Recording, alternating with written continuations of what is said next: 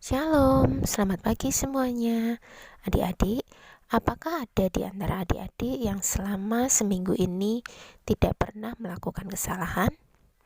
Sekalipun kita melakukan banyak kesalahan, tetapi Tuhan sangat baik. Tuhan memberi kesempatan kepada kita untuk bertemu Dia hari ini, dan Dia juga ingin agar kita belajar melakukan kehendak-Nya. Setelah Tuhan Yesus berkeliling ke berbagai tempat untuk mengajar dan melakukan berbagai mujizat, kini tiba saatnya Ia memberitahukan kepada murid-muridnya tentang penderitaan yang akan dialaminya. Sesungguhnya akan tiba saatnya aku harus pergi ke Yerusalem dan menanggung banyak penderitaan dari pihak orang-orang yang membenciku, yaitu imam-imam kepala. Kemudian aku akan mati disalib dan Allah Bapa akan membangkitkanku pada hari yang ketiga. Tuhan, kiranya Allah menjauhkan hal itu. Jangan sampai semua itu terjadi padamu, Tuhan. Sebagai murid, Petrus berniat melindungi Tuhan Yesus. Ia tidak menginginkan gurunya mengalami hal-hal yang menyedihkan itu. Tetapi bagaimanakah sikap Tuhan Yesus terhadap perkataan Petrus? Apakah Tuhan Yesus setuju dengan perkataan Petrus itu? Enyahlah kau iblis, kau hanya akan menghalangiku melakukan tugas penting bagi umat manusia. Engkau bukan memikirkan apa yang dipikirkan oleh Allah, melainkan apa yang dipikirkan manusia.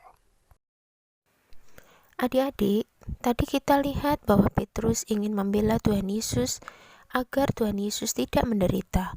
Tetapi ternyata bagi Tuhan Yesus, perkataan Petrus itu justru akan melemahkan Tuhan Yesus. Sebab Tuhan Yesus selalu mengutamakan kehendak Bapanya. Dia mau taat sepenuhnya kepada kehendak Bapa, walaupun harus menderita. Sedangkan Petrus hanya mengutamakan sesuatu yang menyenangkan bagi dirinya sendiri. Apa yang menyenangkan bagi Petrus? Bagi Petrus dan teman-temannya, jika Yesus tidak menderita, tidak ditangkap, mungkin sekali Yesus dapat menjadi Raja Israel. Saat Yesus menjadi Raja, mereka pasti akan berbahagia karena mendapat kedudukan yang baik sebagai orang kepercayaan Yesus.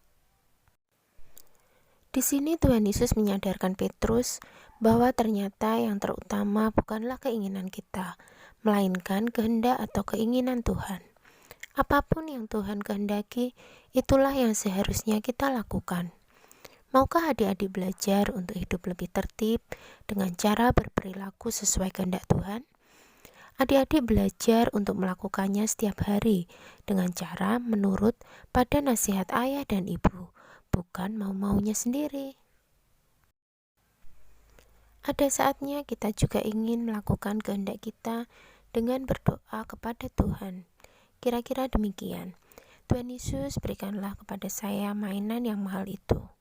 Saya mohon Tuhan memberikannya kepada saya. Bukankah doa seperti itu berarti memaksakan kehendak kita pada kehendak Tuhan?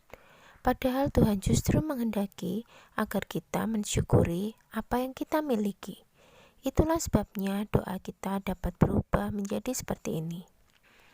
Tuhan Yesus, terima kasih untuk semua mainan yang saya miliki. Ajar saya untuk menggunakannya, bahkan menjadikan mainan ini berkat bagi teman-teman saya yang datang ke rumah saya. Mana yang hendak kita pilih? Melakukan hendak kita sendiri dan berarti kita siap untuk ditegur Yesus, atau melakukan kehendak Tuhan sehingga kita berkenan di hadapan Tuhan.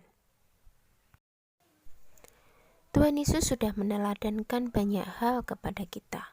Ia mengasihi sesama, bahkan mau mengorbankan dirinya bagi manusia berdosa. Ayo, ikuti teladan Yesus untuk melakukan seperti yang dikehendaki Tuhan. Ayat Mas minggu ini kita ambil dari kitab Filipi pasal 4 ayat 9a.